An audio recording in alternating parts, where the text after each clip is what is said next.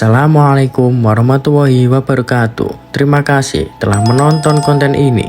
Semoga Anda senantiasa diberikan keberkahan dimanapun Anda berada. Konsep fitnah Dajjal mengacu pada gagasan bahwa di akhir zaman akan ada cobaan atau kesusahan besar yang disebabkan oleh munculnya Dajjal. Dajjal akan memiliki segunung roti, dan mereka yang mengikutinya mengetahui bahwa ia adalah Dajjal.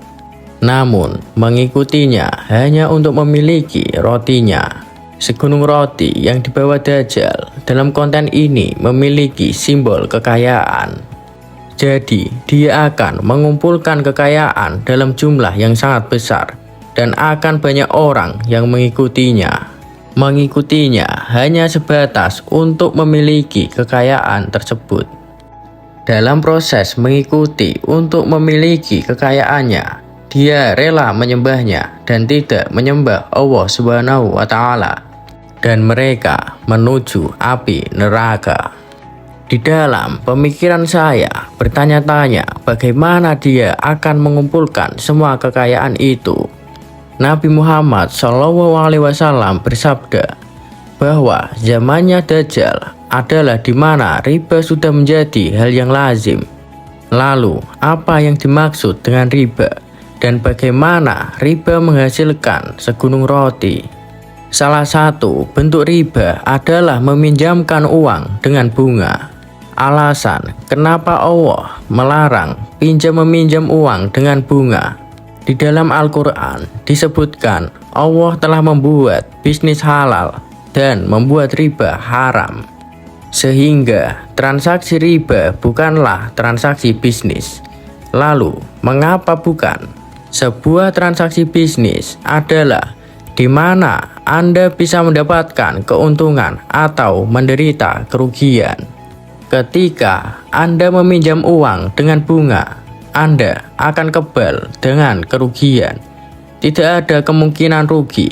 Jika ada kemungkinan rugi, ada adiknya riba yang disebut dengan asuransi. Asuransi dibuat untuk menutupi kerugian itu. Dengan adanya bunga, orang yang meminjam akan melebihi pengembalian uangnya, dan itu akan membuat miskin orang yang meminjam. Maka, Anda akan semakin kaya dan lebih kaya, dan yang lain akan semakin miskin dan lebih miskin. Sebagai konsekuensinya, Nabi Muhammad SAW berkata, besar kecilnya tingkat bunga akan tetap membawa pada kemiskinan dan kemelaratan. Karena sistem perbankan di seluruh dunia dan uang dipinjamkan dengan bunga. Mari kita melihat kartu kredit. Kartu kredit adalah sebuah kartu plastik. Ketika Anda ke mall dengan istri atau teman Anda, tebak apa yang terjadi? Jika Anda ingin membeli barang yang Anda inginkan, kemudian Anda memberikan kartu itu, dan Anda terjebak dengan suku bunga yang sangat tinggi, dan mereka memeras semua yang Anda miliki. Jadi, Dajjal mampu untuk melakukan ini tidak hanya untuk individu, tapi juga pada seluruh negara. Seluruh negara akan diperas sampai mati. Ada sebuah buku yang saya rekomendasikan kepada Anda untuk dibaca. Buku itu berjudul Confession of an Economic Hitman. Buku itu adalah sebuah karya dari John Perkins. Dengan membaca buku itu, Anda akan melihat Dajjal sedang bekerja dalam meminjamkan uang dengan bunga untuk memperbudak seluruh negara. Dan itulah bagaimana dia mendapatkan segunung rotinya. Gunung itu akan semakin besar dan terus bertambah. Kemudian Dajjal mempunyai cara lain dan masih mengenai riba. Untuk mendapatkan lebih banyak roti, yang dia lakukan adalah menggantikan uang yang asli, dinar dan dirham yang disebutkan dalam Al-Quran dan ada dalam sunnah. Uang yang memiliki nilai di dalamnya, dia mengeluarkannya dari pasar dan menggunakan IMF untuk mengharamkannya. Dan juga larangan menggunakan emas sebagai uang. Jika Anda mengharamkan apa yang Allah halalkan, itu disebut syirik.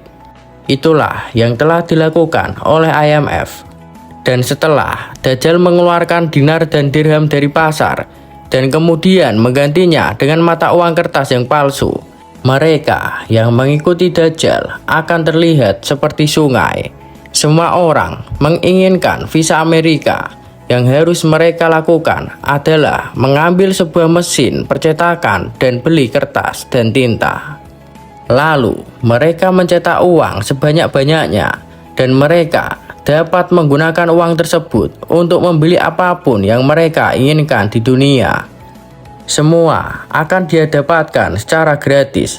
Dia hanya tinggal mencetak di kertas tersebut.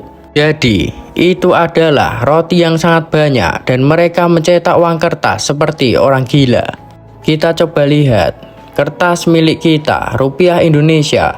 Ketika kita mencetak uang sendiri, kita mempunyai mesin cetak yang sama dan tintanya juga sama. Akan tetapi, ketika kita mencetak uang kertas sendiri, kita harus membayar mereka untuk mencetakkannya.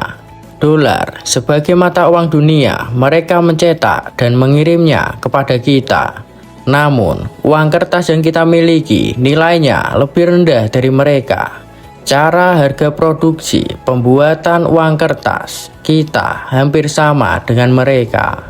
Itu merupakan bukti Dajjal telah memberi kita sistem keuangan yang tidak adil dan telah merampas harta kita. Sehingga gunung rotinya akan terus-menerus bertambah. Semoga dengan konten ini dapat mudah dipahami. Dan ketika ada pertanyaan, silahkan cantumkan di kolom komentar. Semoga kita semua selalu mendapatkan lindungan dari fitnah akhir zaman. Wabillahi taufiq wal hidayah. Wassalamualaikum warahmatullahi wabarakatuh.